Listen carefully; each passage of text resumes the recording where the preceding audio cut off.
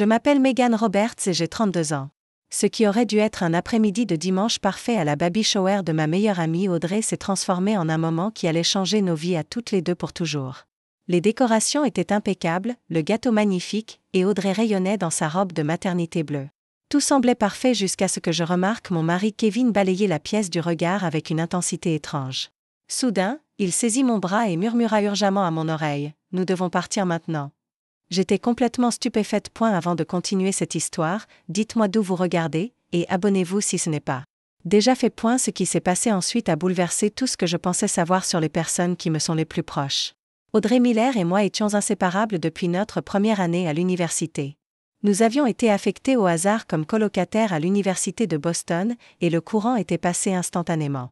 Elle étudiait la psychologie tandis que je suivais un cursus de journalisme, mais nous partagions le même sens de l'humour, les mêmes goûts musicaux et les mêmes rêves pour l'avenir. Nous sommes restés colocataires pendant les 4 ans, et même après l'obtention de notre diplôme, nous avons veillé à rester présentes l'une dans la vie de l'autre. Notre amitié a toujours été l'un de ces liens rares où ni le temps ni la distance ne comptaient. Lorsque nous avions toutes les deux 26 ans, à 3 mois d'intervalle, nous nous sommes mariés. J'ai épousé Kevin, un infirmier des urgences doté d'une présence apaisante et d'une compassion sans fin. Audrey a épousé Jake, un conseiller financier prospère, plein de charme et d'ambition. Nous plaisantions sur nos vies synchronisées lorsque les deux couples ont acheté des maisons dans la même banlieue de Boston, à seulement 15 minutes l'un de l'autre. Pendant des années, nous avons maintenu notre tradition du dîner du vendredi soir, alternant entre nos maisons.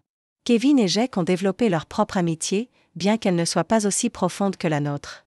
Ils étaient cordiaux et pouvaient parler de sport et d'investissement quand il le fallait. Mais il y avait quelque chose chez Jake que Kevin n'a jamais vraiment accepté. À l'époque, je pensais que ce n'était qu'une différence de personnalité. Il y a 7 mois, Audrey m'a appelé, essoufflée d'excitation. Après une année d'essai, elle était enceinte. Je me souviens encore exactement où je me trouvais dans ma cuisine quand j'ai reçu la nouvelle. J'ai ressenti une véritable vague de bonheur pour elle qui a momentanément éclipsé ma propre situation. Vous voyez, Kevin et moi essayons depuis presque 3 ans, sans succès. Nous avions passé des tests de fertilité basiques qui n'avaient rien révélé d'anormal, nous laissant dans cette catégorie frustrante d'infertilité inexpliquée sans solution claire. Je suis tellement heureuse pour toi, oh, lui ai-je dit, et je le pensais, même si ce pincement familier d'envie me serrait la poitrine. Cette nuit-là, j'ai pleuré dans les bras de Kevin. Un mélange compliqué de joie pour mon ami et de chagrin pour ce que nous n'avions pas encore accompli. Quand Audrey m'a demandé d'organiser sa baby shower, je m'y suis complètement investie. Peut-être même trop. Avec du recul, je voulais que tout soit parfait pour elle, comme si créer la célébration parfaite pouvait compenser les sentiments compliqués que je traversais. J'ai passé des heures sur Pinterest, coordonnant avec les autres demoiselles d'honneur, Sarah et Rachel, pour créer l'événement idéal. Les semaines de préparation étaient une distraction bienvenue face au dernier test de grossesse négatif qui traînait dans la poubelle de notre salle de bain. J'ai soigneusement choisi les invitations, commandé des décorations personnalisées, planifié des jeux et coordonné le menu. Pendant tout ce temps, Audrey était reconnaissante mais de plus en plus distante. Avec du recul, j'aurais dû remarquer les changements plus tôt. Audrey, autrefois spontanée et indépendante, a commencé à annuler nos déjeuners en tête-à-tête. Jake a commencé à se joindre à nos virées shopping, qui étaient auparavant réservées aux filles. Quand je voyais Audrey seule, elle semblait plus silencieuse, vérifiant fréquemment son téléphone. À l'époque, j'attribuais tout cela à la grossesse. La maternité pour la première fois est un grand ajustement. Et chacun le vit différemment, n'est-ce pas? Il y avait d'autres signes aussi, maintenant évidents avec du recul. Jake, qui avait toujours été attentif, était devenu omniprésent dans tous les aspects de la vie d'Audrey. Il commençait à parler pour elle lors des conversations, répondant aux questions qui lui étaient adressées avec un sourire crispé. Audrey doit se reposer, disait-il. Ou nous pensons qu'il vaut mieux qu'Audrey évite trop d'efforts pendant la grossesse. Je me souviens d'un dîner chez eux, environ 4 mois après le début de sa grossesse, quand Audrey a laissé tomber un verre dans la cuisine. La réaction de Jake m'a semblé disproportionnée. Elle ne criait pas, mais sa voix était froide alors qu'il aidait méthodiquement à nettoyer en disant « C'est ce qui arrive quand on essaie d'en faire trop ». Le visage d'Audrey s'était figé, une expression que je ne pouvais pas déchiffrer à l'époque, mais que je reconnais maintenant comme de la peur. Le matin de la baby shower, je me suis réveillée avec une excitation nerveuse. Kevin était anormalement silencieux en se préparant, mais j'étais trop préoccupée pour vraiment le remarquer. Nous sommes arrivés à la salle louée pour l'événement 2 heures à l'avance pour installer. Sarah et Rachel étaient déjà là, accrochant des décorations bleues et argentées et disposant la table des cadeaux.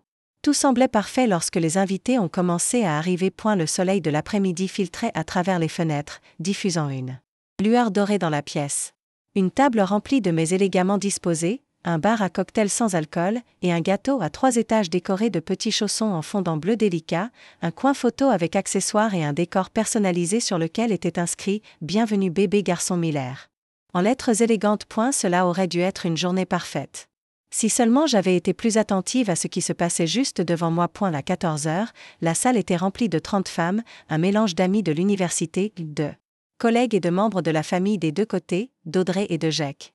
L'atmosphère bourdonnait d'excitation et d'anticipation. J'avais créé une playlist avec les chansons préférées d'Audrey, qui jouaient doucement en arrière-plan, et l'odeur des fleurs fraîches emplissait l'air. Lorsqu'Audrey est arrivée, un murmure d'admiration s'est fait entendre. Elle avait l'air radieuse dans une robe de maternité bleu pâle qui mettait en valeur son ventre arrondi de 7 mois. Ses cheveux blonds étaient coiffés en ondulations lâches, et elle portait une écharpe « Future maman » que j'avais commandée spécialement. Un instant, elle semblait incarner la félicité maternelle. Mais Jake était juste à ses côtés, la main fermement posée sur le bas de son dos.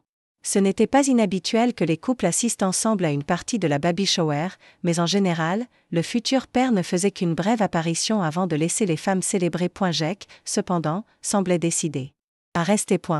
Jake, les gars se retrouvent au pub Callahan's, un peu plus loin, dit Kevin en s'approchant d'eux avec un sourire amical. J'allais justement y aller, si tu veux te joindre à nous. Le sourire de Jake ne parvenait pas à ses yeux. Je pense que je vais rester avec Audrey. Elle a besoin d'aide pour se déplacer ces jours-ci, et je veux m'assurer qu'elle soit à l'aise. Audrey rit, un son qui semblait un peu forcé. Je vais bien. Vraiment, tu devrais aller t'amuser avec les gars. N'importe quoi, répondit Jake d'une voix légère, mais sa main se resserra visiblement autour de sa taille. Je veux faire partie de tout.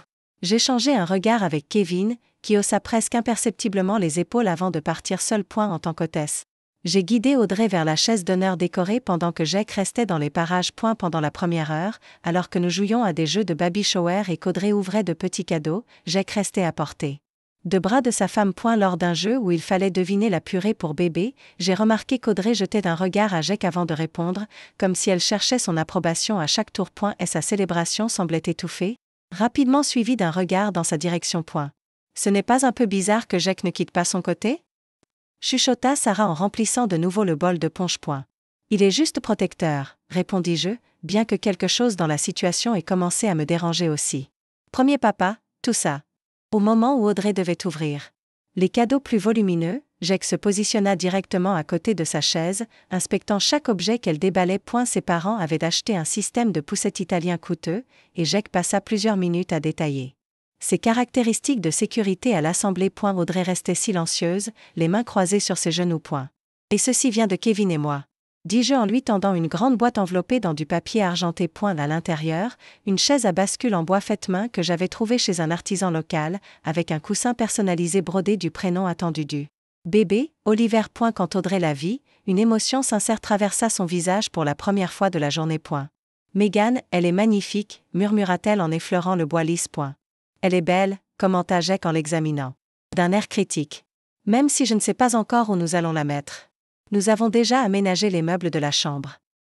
On trouvera une place, dit Audrey doucement. Alors qu'elle se levait pour me prendre dans ses bras, j'ai remarqué la main de Jake sur son épaule, ses doigts appuyant visiblement sur sa aile a sursauté si légèrement que j'ai failli ne pas le remarquer. À ce moment-là, Kevin était revenu du pub et se tenait silencieusement au fond de la salle. Ses yeux suivaient Jake et Audrey avec une intensité inhabituelle chez lui. D'ordinaire détendu lors des rassemblements sociaux, Kevin paraissait tendu, les bras croisés sur sa poitrine, observant les interactions. Après l'ouverture des cadeaux, nous avons servi le gâteau et le café. Jake a insisté pour prendre l'assiette d'Audrey, choisissant quels aliments elle pouvait manger. Plus de caféine, a-t-il dit d'une voix forte quand elle a tendu la main vers un café normal. Souviens-toi de ce que le médecin a dit sur la limitation de la consommation. En réalité, une consommation modérée de caféine est considérée comme sûre pendant la grossesse, a commenté Kevin calmement, à proximité. En tant qu'infirmier aux urgences, il connaissait bien les faits médicaux. Une tasse ne fera pas de mal. Le visage de Jake s'est durci un instant avant qu'il ne force un sourire. Nous sommes très prudents avec notre fils. Alors que la fête continuait, Audrey s'est excusée pour aller aux toilettes. Jake s'est immédiatement levé pour l'accompagner. Je peux l'aider si elle a besoin de quelque chose. Ai-je proposé, trouvant son comportement de plus en plus étrange. Je m'en occupe, a répondu Jake fermement en suivant Audrey dans le couloir. À travers la porte entr'ouverte, j'entendais leur voix basse, sans toutefois saisir l'heure. Parole. Quand ils sont revenus, les yeux d'Audrey semblaient rouges, bien qu'elle souriait avec détermination. L'activité finale était un toast aux futurs parents. Jake s'est placé au centre, un bras enroulé de façon possessive autour de la taille d'Audrey. Je tiens à remercier tout le monde d'être venu célébrer l'agrandissement de notre famille, commença-t-il, sa voix captant l'attention de la salle. Audrey et moi sommes bénis d'avoir des amis et une famille si soutenants. Alors que nous nous préparons à accueillir notre fils, je promets d'être le protecteur et le pourvoyeur dont lui et Audrey ont besoin. Rien n'a plus d'importance pour moi que de les garder en sécurité et de m'assurer qu'ils ne manquent de rien.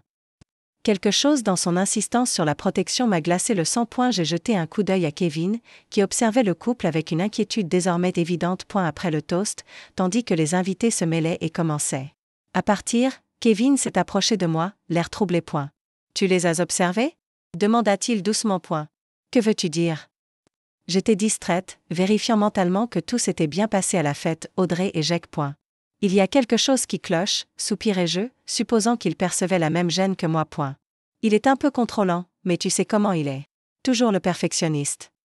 Kevin secoua légèrement la tête, sans ajouter de commentaire. Alors que la fête touchait à sa fin, nous nous sommes rassemblés pour les photos de groupe. Audrey se tenait entourée d'amis, son sourire paraissant plus sincère, loin de la présence immédiate de Jake. Lorsqu'elle leva le bras pour passer son bras autour des épaules de Sarah, la manche de sa robe glissa légèrement en arrière. Kevin, près du photographe, se raidit visiblement. Quelques minutes plus tard, alors que je coordonnais le rangement avec Sarah et Rachel, Kevin apparut à mes côtés, le visage pâle. Il faut partir, dit-il d'une voix basse et urgente. Non. Nous ne pouvons pas encore partir. Je suis l'hôtesse, et il faut encore emballer les cadeaux pour Audrey et Jake. Megan, insista-t-il en serrant un peu plus mon bras, nous devons partir tout de suite. Je t'expliquerai en voiture. Je regardais son visage.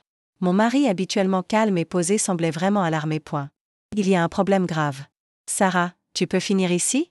Lui demandai-je en lui tendant la liste des cadeaux que je notais. Urgence familiale. Je t'appelle plus tard. Alors que Kevin me tirait presque vers la sortie, j'aperçus une dernière fois Audrey, qui se tenait seule un instant, tandis que Jake parlait avec ses parents. Nos regards se croisèrent, et quelque chose dans son expression, un mélange de résignation et de désespoir, allait me hanter pendant des mois. Et la marche jusqu'à notre voiture sembla interminable.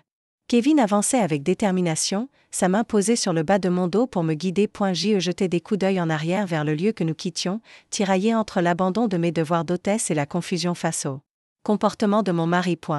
Kevin, tu me fais peur. Que se passe-t-il ? Demandai-je alors que nous atteignions notre Honda CR-V dans le parking.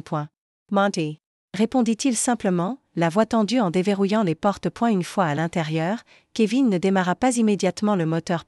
Et elle restait assis, les mains serrant le volant, regardant droit devant lui. Je l'avais rarement vu ainsi pendant toutes nos années ensemble. En tant qu'infirmier aux urgences, Kevin était fier de rester calme en situation de crise. Quoi que ce soit qu'il ait vu, cela l'avait profondément bouleversé. Kevin, l'ai-je relancé. Et elle s'est tournée vers moi, le visage grave. Tu ne l'as vraiment pas vu, hein ? Vu quoi ? Kevin, tu ne veux pas dire quelque chose de compréhensible. Il prit une profonde inspiration. Audrey a de ecchymoses. Plusieurs ecchymoses à différents stades de cicatrisation sur ses poignets et le haut de ses bras. Je les ai vus quand sa manche est remontée pendant les photos. Les mots restèrent suspendus entre nous. Mon esprit refusait d'assimiler ce qu'il disait. Ce n'est pas possible. Elle a sûrement heurté quelque chose. Tu sais comme elle est maladroite parfois. Kevin secoua la tête. Sa formation médicale transparaissait dans son explication méthodique. Ce ne sont pas des ecchymoses accidentelles, Megan. Ce sont des marques de doigts, des marques de prise, le motif, la coloration, les différents stades de guérison. J'ai vu ça trop de fois aux urgences pour ne pas le reconnaître. Mon estomac se noua à mesure que la signification de ces mots me frappait. Tu penses que Jake lui fait du mal ? C'est fou.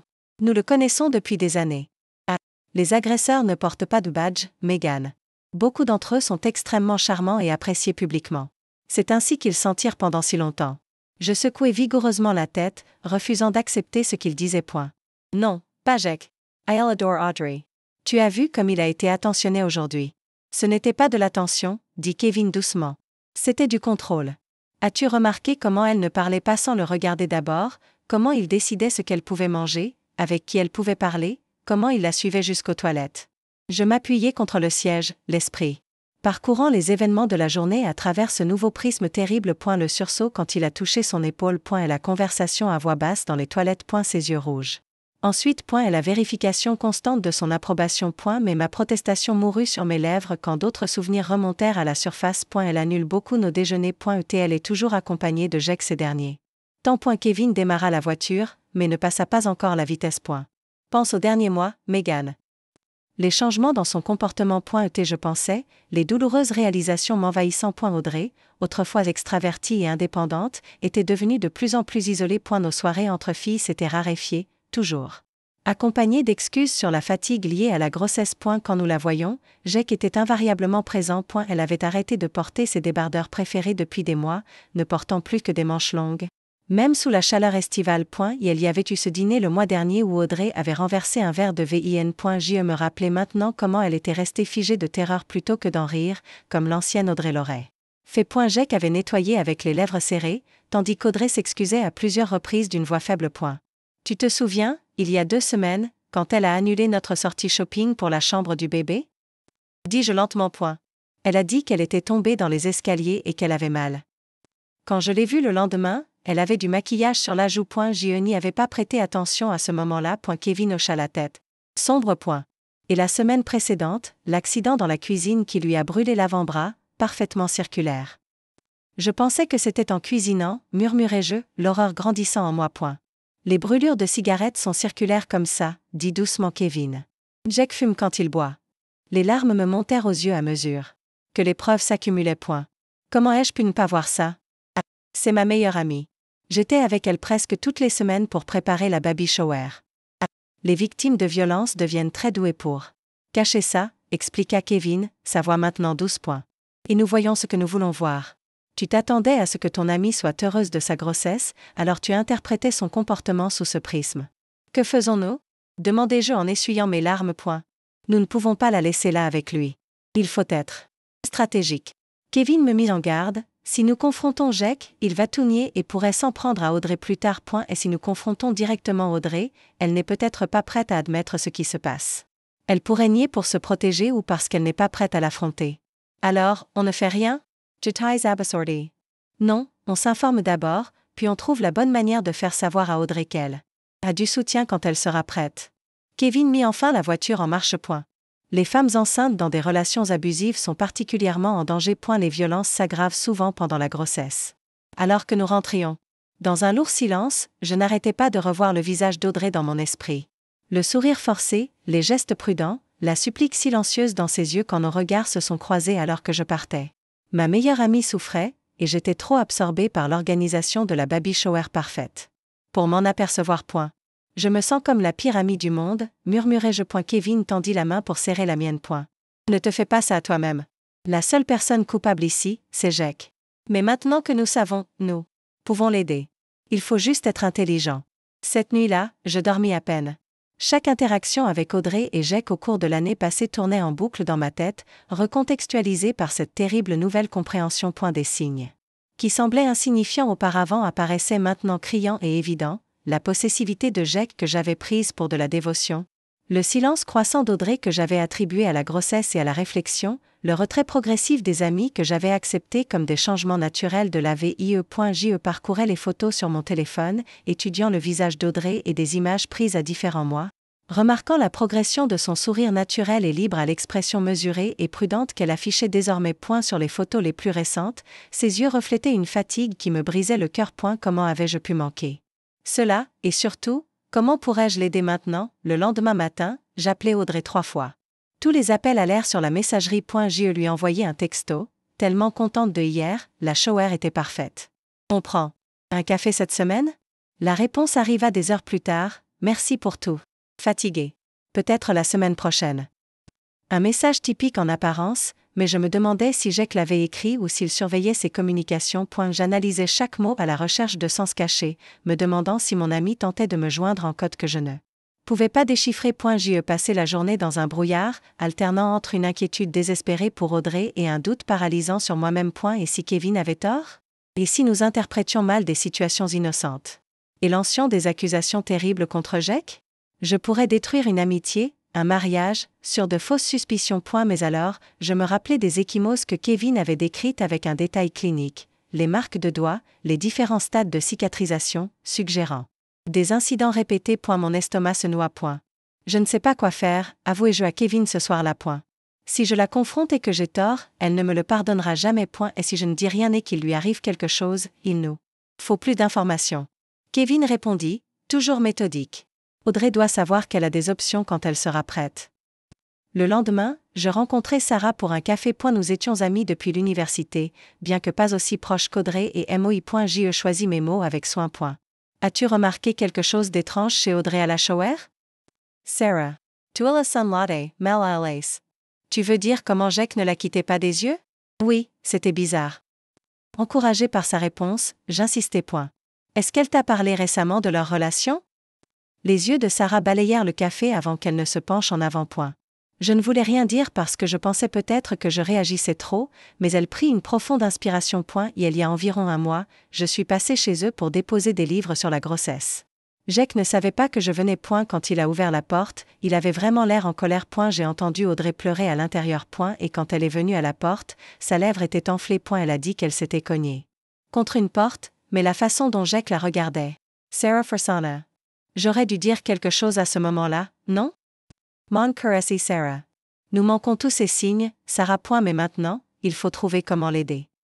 Cet après-midi-là, je fis de longues recherches sur la violence domestique. Les statistiques étaient terrifiantes. Les femmes enceintes courent un risque accru d'abus, la grossesse déclenchant ou exacerbant souvent les violences chez les partenaires abusifs. Les articles insistaient sur le fait que partir est le moment le plus dangereux pour les victimes, nécessitant une planification soigneuse plutôt qu'une action impulsive. J'ai lu des témoignages directs de survivantes qui me firent presque physiquement souffrir, reconnaissant dans ces récits les comportements d'Audrey décrits par des inconnus sur Internet. L'isolement, les excuses pour les blessures, le partenaire charmant en public mais différent derrière les portes closes. J'étais plongé dans ces recherches perturbantes quand ma sonnette retentit soudainement. Là.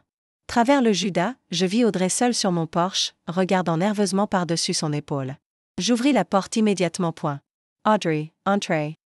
Elle avait l'air épuisée, avec des cernes sous les yeux mal camouflés par du maquillage. Je ne peux pas rester longtemps, Jack pense que je suis au supermarché. Je voulais juste te remercier correctement pour la baby shower. C'était magnifique. Ces mots sonnaient comme un texte appris par cœur tandis qu'elle entrait, déclinant mon offre de s'asseoir. Elle resta debout dans l'entrée, une main posée protectrice sur son ventre rond. Ce n'est rien, dis-je en la regardant attentivement. Ça va, Audie? Tu sembles stressée. Ah, juste des trucs liés à la grossesse, répondit-elle d'un geste vague qui ne correspondait pas à sa posture tendue. Tu ne dors pas bien? Je pris une profonde inspiration, décidée à ouvrir une brèche. Tu sais que tu peux tout me dire, hein? Peu importe ce qu'il se passe, je suis là pour toi. Un éclat traversa ses yeux, de la reconnaissance, peut-être même du désir, avant qu'elle ne frissonne, son expression se refermant. Tout va bien. Parfaitement bien, même. Son téléphone vibra, et elle sursauta en le regardant immédiatement. Son visage pâlit légèrement. Jack se demande où je suis. Je devrais y aller. Audrey, dis-je doucement, j'ai remarqué des ecchymoses sur ton bras à la shower. Il s'est passé quelque chose? Elle se figea, sa main se mouvant inconsciemment pour couvrir son poignet, où ses manches longues cachaient les marques. Je suis juste maladroite ces temps-ci. La grossesse me déstabilise. Ah, Jack te fait-il du mal? Demandai-je directement. Le cœur battant. Et la composure qu'elle maintenait avec soin se fissura un instant. Ses yeux se remplirent de larmes. Et pendant une seconde, je crus qu'elle allait se confier. Puis son téléphone vibra à nouveau, et le moment se brisa. Et la peur remplaça la vulnérabilité tandis qu'elle reculait vers la porte. Je ne sais pas de quoi tu parles. Jack est un mari merveilleux. Et il faut que j'y aille. Audrey, attends. Plate. Megan, lâche l'affaire. Tu ne comprends pas. Elle partit rapidement, presque en courant vers sa voiture. J'y restai dans l'entrée, regardant impuissante ma meilleure amie s'éloigner. Une heure plus tard, un texto arriva. Reste en dehors de mon mariage. Tout va bien. J'ai besoin d'espace. Portland Stand. Le ton formel était si éloigné d'Audrey que j'étais sûr que Jack l'avait dicté ou écrit lui-même. Je le montrai à Kevin lorsqu'il rentra de son service. C'est un classique, dit-il tristement. Les agresseurs isolent leurs victimes des réseaux de soutien. Et elles te coupent de tout parce que tu es une menace. Cette nuit-là, je craquai complètement. Assise par terre dans la salle de bain, je sanglotai jusqu'à en manquer le souffle. Kevin me serra dans ses bras, les yeux embués. Je ne sais pas quoi faire, sanglotai-je. Elle porte un bébé. Kevin. Elle est en danger. Le bébé est en danger. Elle ne me laissera pas l'aider. Il nous faut une aide professionnelle, dit Kevin. Demain, nous appellerons une ligne d'assistance pour violence conjugale. Ils sauront quelle est la meilleure démarche. Alors que je sombrais enfin dans un sommeil épuisé cette nuit-là, le visage d'Audrey ne quittait pas mon esprit. Ce bref instant où son masque était tombé, révélant la terreur et le désespoir sous-jacent. Ma meilleure amie était piégée. Et je la laissais tomber. La conseillère en violence domestique fut compatissante mais réaliste au téléphone. Kevin et moi expliquâmes la situation tandis qu'elle écoutait patiemment. Malheureusement, c'est très courant, expliqua-t-elle. Le plus important pour le moment est de garder les lignes de communication ouvertes, sans jugement. Les victimes retournent souvent chez leur agresseur plusieurs fois avant de partir définitivement. Elles doivent savoir que le soutien est toujours disponible. Mais elle est enceinte, dis-je avec désespoir. Le bébé doit arriver dans moins de 2 mois, ce qui rend la situation plus complexe, mais l'approche reste la même, répondit la conseillère. Envoie-lui un message qui ne mentionne pas directement les violences. Fais-lui savoir que tu es là pour elle, sans poser de questions. À tout moment, quand elle aura besoin de toi. Suivant ce conseil, je composai un message prudent. Audrey, je t'aime et je suis là pour toi à tout moment, jour ou nuit, sans poser de questions. Tout ce dont tu as besoin, quand tu en as besoin. Aucune réponse. Les 3 jours suivants passèrent dans un silence insupportable. Je poursuivis mes recherches sur les ressources contre la violence domestique, mettant en favori des sites avec des plans d'évasion et des refuges locaux, me sentant à la fois proactive et impuissante. 4e jour. Je croisai Jake au supermarché. Mon cœur s'accéléra lorsqu'il s'approcha avec son sourire charmeur habituel, bien que ses yeux restassent froids. Megan, content de te voir, dit-il avec assurance. Audrey ne se sent pas bien. Tracas de grossesse. Le médecin lui a conseillé de se reposer. Je me forçai à garder le contact visuel. Rien de grave, j'espère ? Rien que je ne puisse gérer, répondit-il, son insistance subtile mais indéniable. Elle n'a pas besoin de visiteurs pour l'instant, c'est trop stressant. Pour le bébé. L'avertissement implicite était clair. Il savait que je soupçonnais quelque chose. Dis-lui que je lui manque, dis-je en essayant de garder la voix stable. Jake se pencha légèrement vers moi. Tu sais, Megan, la grossesse est une période tellement délicate. Audrey a besoin d'influences positives autour d'elle, des personnes qui soutiennent notre mariage et respectent notre vie privée. Un frisson me traversa. J'ai toujours soutenu Audrey. As-tu ? Son sourire ne vacilla pas. Lui remplir la tête de préoccupation ridicule ne me semble pas du tout être du soutien. Je détesterais que ton amitié devienne un facteur négatif dans sa grossesse. Avant que je puisse répondre, il acquiesça poliment et s'éloigna, me laissant tremblante au milieu du rayon fruits et légumes. Cette nuit-là, je racontai la rencontre à Kevin. Il menace de la couper complètement de moi. Il a peur. Dit Kevin, tu es une menace pour son contrôle. Il faut être patient mais prêt. Une semaine passa sans nouvelles d'Audrey. J'envoyais des textos légers et occasionnels sur des sujets neutres, une publicité drôle que j'avais vue, une question sur la liste de naissance, n'importe quoi pour garder le contact sans insister. Les réponses, quand elles arrivaient, étaient brèves et impersonnelles. Puis, à 2h17 un mardi, mon téléphone sonna. Le nom d'Audrey s'afficha sur l'écran. Audrey ? Répondis-je immédiatement, réveillé instantanément. Megan. Sa voix était à peine audible, étranglée par les sanglots. Je suis à la station Shell sur Maple Street. Tu peux venir me chercher, s'il te plaît, ne dis rien à personne. J'arrive tout de suite, dis-je, déjà en train de prendre des vêtements. Kevin était éveillé à côté de moi, immédiatement aux aguets. Reste où tu es, j'arrive dans 10 minutes. Le trajet jusqu'à la station-service fut le plus long de ma vie. Kevin insista pour m'accompagner, mais accepta de rester dans la voiture au début, pour ne pas effrayer Audrey. Quand nous arrivâmes à la station faiblement éclairée, je la repérai tout de suite, une silhouette recroquevillée sur un banc devant l'épicerie, un petit sac de voyage à ses pieds. Je courus vers elle, et quand elle leva les yeux, je poussai un cri involontaire. Son œil droit était gonflé, presque fermé, un bleu violent s'étendant sur son os zygomatique. Sa lèvre était fendue, et elle tenait son bras gauche contre son ventre arrondi. Oh Audrey, murmurai-je doucement en l'aidant à se relever. Il a trouvé tes textos, murmura-t-elle à travers ses lèvres enflées. Il a dit que je conspirais contre lui, que je t'avais raconté des mensonges. Sa voix se brisa. Il ne m'a jamais frappé au visage, toujours à des endroits invisibles. Le trajet du retour fut majoritairement silencieux. Audrey regardait par la fenêtre, donnant parfois des instructions. Ne retourne pas dans ma rue. Prends le chemin le plus long. Assure-toi que personne ne nous suit. Une fois en sécurité dans notre maison, l'histoire complète émergea par bribes, entre les larmes. Les violences avaient commencé subtilement durant leur première année de mariage. Des critiques qui avaient évolué en contrôle, l'isolement qui était devenu une prison. La grossesse avait déclenché une escalade, la possessivité de Jake devenant de plus en plus violente. J'étais tellement honteuse, avoua-t-elle, assise à notre table de cuisine tandis que Kevin examinait doucement ses blessures avec un détachement professionnel. Je pensais pouvoir arranger les choses. Que si j'étais assez parfaite, assez patiente, il arrêterait. Ce n'est pas ta faute, lui dis-je fermement. Rien de tout cela n'est ta faute. Ah, le bébé, murmura-t-elle en posant la main sur son ventre. Il m'a donné un coup de pied. Je dois savoir si le bébé va bien. Kevin, qui gardait son calme professionnel, parla doucement. Nous devrions t'emmener à l'hôpital. Je peux appeler mes collègues spécialisés dans ces situations. Ils seront discrets et minutieux. La peur traversa le visage d'Audrey. Jake vérifie les demandes d'assurance. Il saura que nous avons des options. Je la rassurai. Il existe des programmes pour cette situation exacte. Kevin sortit de la pièce pour passer des appels, sa voix basse résonnant dans le salon. Audrey serra ma main à travers la table. Je n'arrête pas de penser à ce que tu as dit ce jour-là chez toi. Elle admit que j'avais remarqué les ecchymoses. Personne ne les avait jamais remarqués avant, ou du moins personne n'en avait jamais parlé. Cela lui avait donné de l'espoir, je suppose, que quelqu'un puisse voir au-delà des apparences. Et la visite à l'hôpital fut menée avec une sensibilité remarquable grâce aux relations de Kevin. Une médecin examina Audrey minutieusement, documentant chaque blessure par des photographies en vue d'éventuelles poursuites judiciaires. Une échographie confirma que le bébé semblait indemne, le liquide amniotique le protégeant des violences infligées à sa mère. À l'hôpital, une référente pour victimes guida Audrey avec douceur à travers ses options. Une ordonnance restrictive d'urgence fut déposée cette même nuit, des policiers nous accompagnant au petit matin jusque chez nous. I'll Sarah Furiex, murmura Audrey alors que nous la installions dans la chambre d'amis. Il viendra me chercher.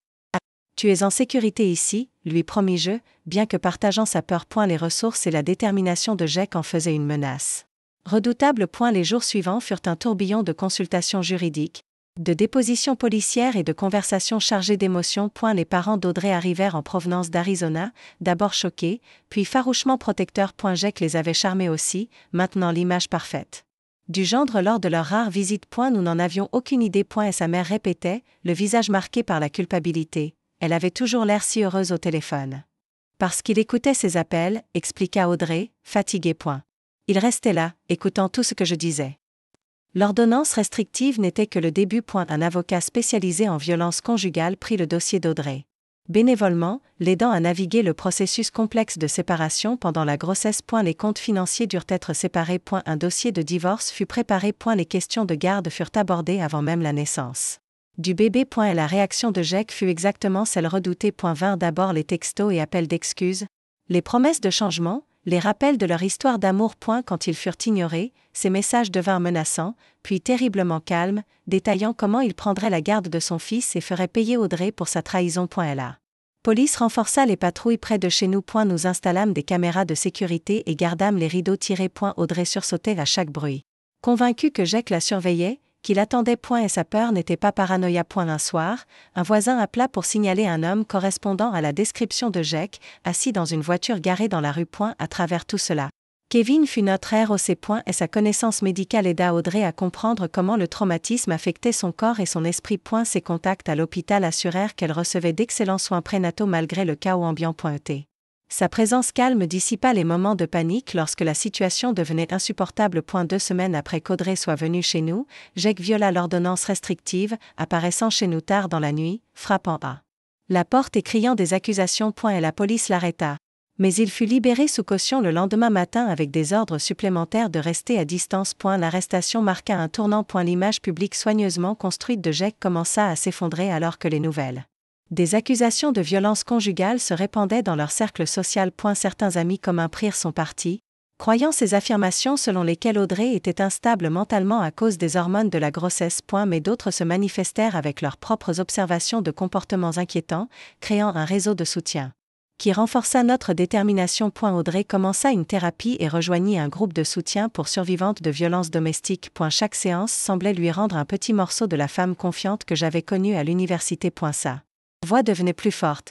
Ces décisions plus sur point, elle quitta notre chambre d'amis pour un appartement temporaire équipé de dispositifs de sécurité, ses parents restant à proximité pour l'aider. À l'approche de la date d'accouchement, des plans de sécurité détaillés furent élaborés pour l'hôpital. Son nom fut retiré du registre des patientes. Et la sécurité fut informée. Kevin organisa pour que des collègues de confiance fassent partie de son équipe médicale. Malgré toutes nos précautions, nous retenions notre souffle, sachant que Jake ne lâcherait pas facilement le contrôle sur ce qu'il considérait comme sa propriété, Audrey et le bébé qu'elle portait. Les os d'Audrey rompirent 3 semaines avant la date prévue. J'étais avec elle quand cela arriva, aidant à aménager les meubles pour bébé dans son nouvel appartement. Et la panique dans ses yeux n'avait rien à voir avec la douleur de l'accouchement. Il va savoir, murmura-t-elle en serrant mon bras. Jake saura que je suis à l'hôpital. Le plan de sécurité méticuleusement orchestré à l'hôpital fut activé immédiatement. Kevin nous accueillit par une entrée latérale, nous escortant à travers des zones réservées au personnel jusqu'à une salle de naissance où les stores restaient fermés. La sécurité de l'hôpital plaça un agent devant sa porte, vérifiant les identités sur une liste d'autorisation des visiteurs. Les parents d'Audrey arrivèrent peu après, sa mère prenant ma place comme personne de soutien principale lors de l'accouchement. J'attendis dans le couloir avec son père, tous deux nerveusement accrochés à nos téléphones pour avoir des nouvelles et scrutant chaque silhouette qui passait, à la recherche du moindre signe de Jake. 5 heures plus tard, Oliver James naquit en bonne santé malgré son arrivée prématurée. Et la première fois qu'Audrey le prit dans ses bras, quelque chose changea dans son expression, une protectrice farouche qui surpassait la peur. Il ne te fera jamais de mal, promit-elle au petit être dans ses bras. Je ne laisserai jamais personne te faire du mal. La sortie de l'hôpital fut organisée avec une présence policière. Audrey et Oliver quittèrent par une entrée de service pour rejoindre une voiture banalisée. Pendant les semaines suivantes, elle séjourna chez ses parents dans une maison louée de l'autre côté de la ville, ne sortant presque jamais, sauf pour des rendez-vous médicaux indispensables. L'escalade de Jake continua. Malgré l'ordonnance restrictive, il envoyait des messages par des connaissances communes, alternant menaces et supplications. Et elle croisa accidentellement la mère d'Audrey au supermarché, charmant et plein d'excuses, affirmant qu'il y avait eu un terrible malentendu. Et elle déposa une demande urgente de garde d'Oliver, prétendant qu'Audrey était instable et avait inventé les allégations de violence. Et la première audience au tribunal fut un cauchemar. Jake arriva en costume cher, calme et articulé, exprimant sa préoccupation pour le bien-être de son fils avec sa mère émotionnellement fragile. Et sa famille était assise derrière lui en soutien silencieux.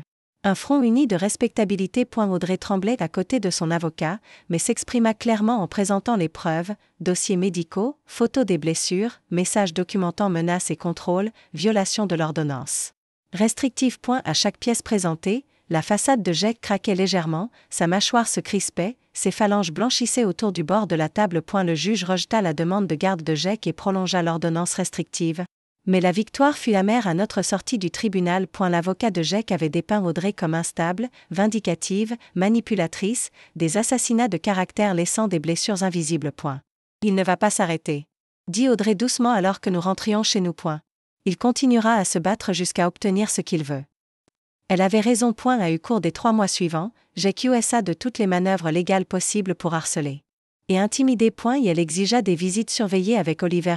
Et elle contesta les arrangements financiers. Et elle trouva des failles pour retarder les procédures de divorce. Pendant cette période, Audrey poursuivit sa thérapie, gagnant en force et en lucidité. Elle se lia à d'autres survivantes, trouvant une communauté dans des expériences partagées. Le groupe de soutien devint une bouée de sauvetage. Chaque histoire de résilience renforçait la détermination d'Audrey à se protéger elle-même et Oliver. J'y luttais avec mes propres émotions à ce moment-là.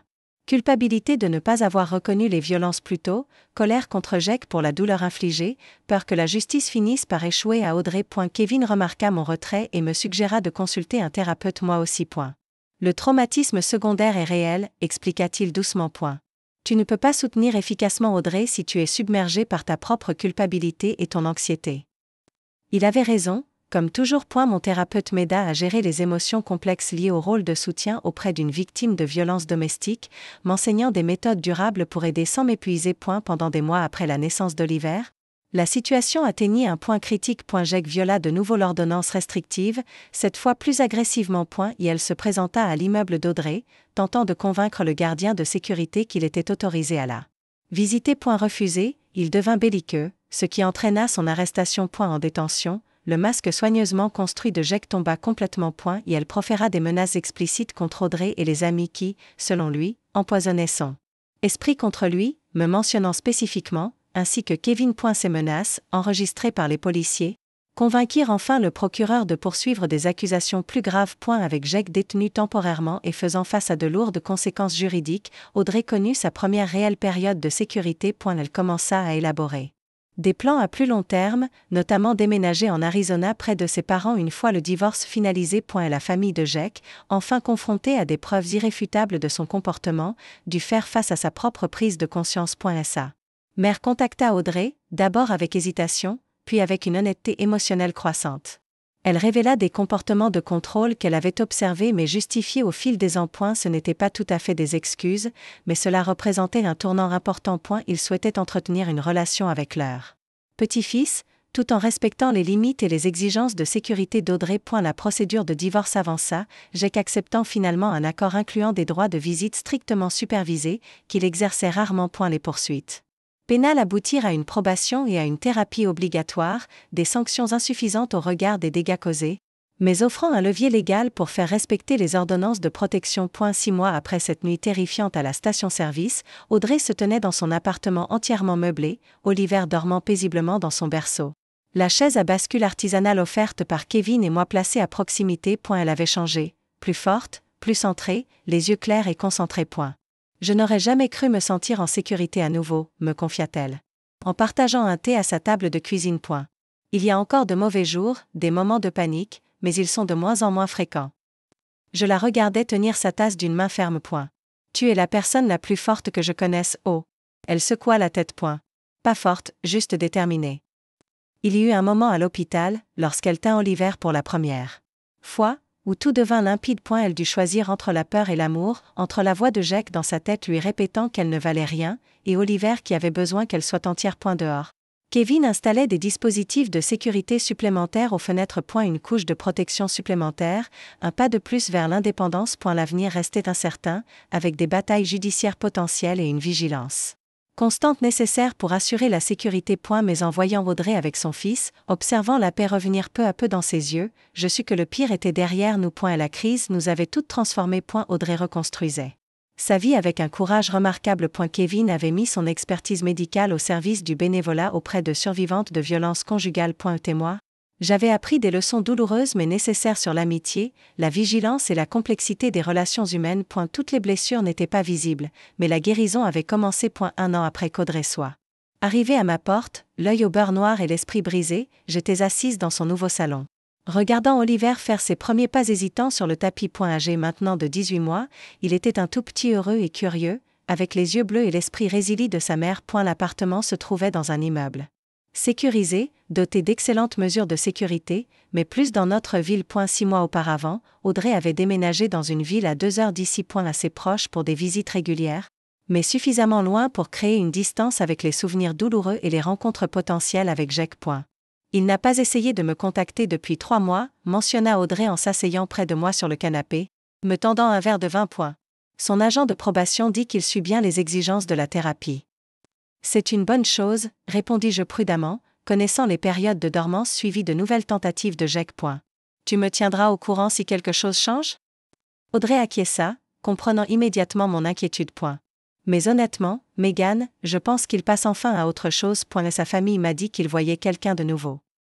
Un éclair d'inquiétude traversa mon esprit pour cet inconnu, mais je gardai le silence. La famille de Jake avait maintenu un contact prudent avec Audrey, voyant Oliver chaque mois dans des conditions soigneusement encadrées. Ils étaient devenus, contre toute attente, des alliés pour encourager Jake à respecter les limites légales et à se concentrer sur sa réhabilitation. Le divorce avait été finalisé 8 mois plus tôt, avec un accord de garde exigeant que Jake complète une thérapie intensive avant de passer de visite supervisée à non supervisée, une condition qu'il avait jusqu'ici peu manifesté d'envie de remplir. Son obsession initiale pour contrôler Audrey et revendiquer Oliver avait progressivement laissé place à l'indifférence, qui, bien que blessante à sa manière, apportait une paix bienvenue.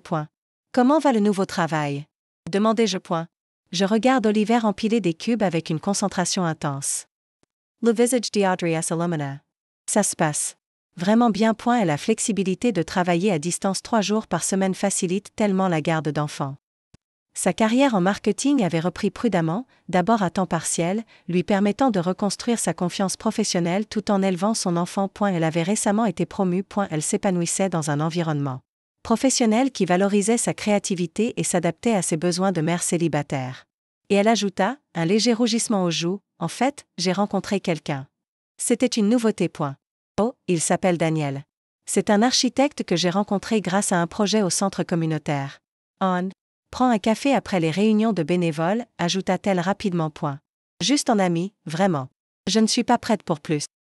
Et il le sait. J.E. sourit, sincèrement heureuse d'apprendre cette évolution. Tumorites de Bones. Amos Aud. J'ai déjà les meilleurs, répondit-elle en serrant ma main. Je n'aurais pas survécu sans toi et Kevin. Cette déclaration resta suspendue entre nous, lourde du souvenir partagé de cette nuit désespérée et des mois difficiles qui avaient suivi. Tu aurais trouvé ton chemin. Dis-je fermement. Tu es plus forte que tu ne le crois. La vérité était que le parcours d'Audrey avait profondément transformé ma propre vie aussi. Après l'avoir soutenue dans la crise, j'avais réorienté ma carrière de journaliste vers le militantisme, écrivant des articles sur la sensibilisation et la prévention des violences conjugales. Kevin et moi étions devenus des bénévoles réguliers dans un refuge local pour femmes, offrant conseils médicaux et amitié à des femmes dans des situations semblables à celles d'Audrey.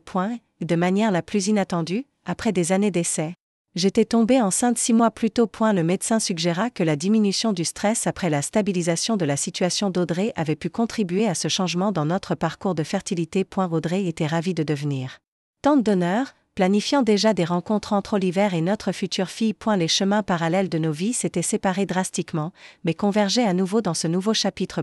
À eu fil de l'après-midi, Audrey partagea davantage sur son processus de guérison. Et la thérapie, d'abord intervention de crise, avait évolué vers un travail plus profond, abordant des schémas d'enfance et reconstruisant la confiance en soi. Le groupe de soutien qu'elle avait rejoint pendant la crise était devenu une communauté d'amis comprenant son expérience sans jugement. Et la partie la plus difficile, réfléchit-elle plus tard pendant la sieste d'Oliver, était de se pardonner de ne pas avoir vu les signes d'alerte plus tôt, d'être resté aussi longtemps. Il n'y a rien à te pardonner, insistai-je. Tu as fait de ton mieux. Avec les informations dont tu disposais à l'époque. Et quand ça comptait le plus, tu as trouvé un courage incroyable. Elle sourit, pensivement. Ma thérapeute dit la même chose. C'est de plus en plus facile à croire. Après une pause, elle ajouta, le mois dernier, j'ai parlé à un événement de sensibilisation aux violences conjugales. Juste brièvement, partageant des parties de mon histoire. C'était terrifiant, mais aussi libérateur. D'une certaine façon, j'ai ressenti une poussée de fierté. C'est formidable, Audrey. Plusieurs femmes s'approchèrent de moi ensuite, posant des questions qui me firent réaliser qu'elles étaient peut-être dans des situations similaires. Sa voix s'adoucit. L'une d'elles a appelé le numéro de la hotline que j'avais partagé. Et la coordinatrice m'a dit qu'elle avait quitté son partenaire 3 jours plus tard. L'effet domino du courage, le courage d'une femme inspirant la fuite d'une autre. Le cycle des violences interrompu, non seulement pour Audrey et Oliver, mais potentiellement pour d'autres ayant entendu son histoire. Alors que la soirée approchait et que je me préparais à rentrer, Audrey me raccompagna à la porte, Oliver sur la hanche. Tu sais ce à quoi je pense ces derniers temps? Dit-elle. Ce moment à la baby shower où Kevin a insisté pour que tu partes. Comme tout aurait pu être différent s'il n'avait pas remarqué ce que tout le monde avait manqué. Je hochai la tête, me rappelant la confusion et la frustration que j'avais ressentie en étant tirée loin de mes devoirs d'hôtesse. Il a vu ce que j'étais trop distraite pour voir. Cela me fit me demander combien d'autres Audrey se cachaient là, en pleine lumière, attendant que quelqu'un les voie vraiment. Et la question me tarauda pendant tout le trajet du retour, au dîner avec Kevin, puis dans le calme du soir. Combien de signes manquions-nous chaque jour? Combien de personnes criaient silencieusement à l'aide pendant que nous passions outre leur façade soigneusement construite? Je posai une main sur mon ventre qui s'arrondissait, pensant à la fille que nous allions bientôt accueillir. Kevin et moi avions déjà discuté de la manière dont nous lui apprendrions ce qu'est une relation saine, les limites et le courage de s'exprimer, pour elle-même et pour ceux qui n'auraient pas de voix. Le parcours avec Audrey m'avait appris que la vraie amitié signifiait parfois voir ce que les autres ne pouvaient ou ne voulaient pas voir. Cela signifiait être prêt à poser des questions difficiles et à offrir de l'aide qui pourrait être d'abord rejetée. Cela signifiait tenir bon quand les chemins plus faciles se présentaient. Mais surtout, cela signifiait croire que les gens pouvaient se reconstruire après un traumatisme dévastateur, que la sécurité, la joie et la confiance pouvaient être retrouvées, un pas prudent à la fois. Alors que je m'apprête à conclure cette histoire, je veux vous demander, avez-vous déjà eu un instinct sur la relation d'un ami que vous avez hésité à suivre, ou avez-vous été cet ami qui avait besoin que quelqu'un remarque ce qu'il vivait? Cela pourrait aider d'autres à reconnaître les signes d'alerte ou à trouver le courage de demander de l'aide. Merci de partager en commentaire si vous vous sentez à l'aise, et si mon histoire vous a touché. Merci de liker et de vous abonner pour plus de récits de vie réelle.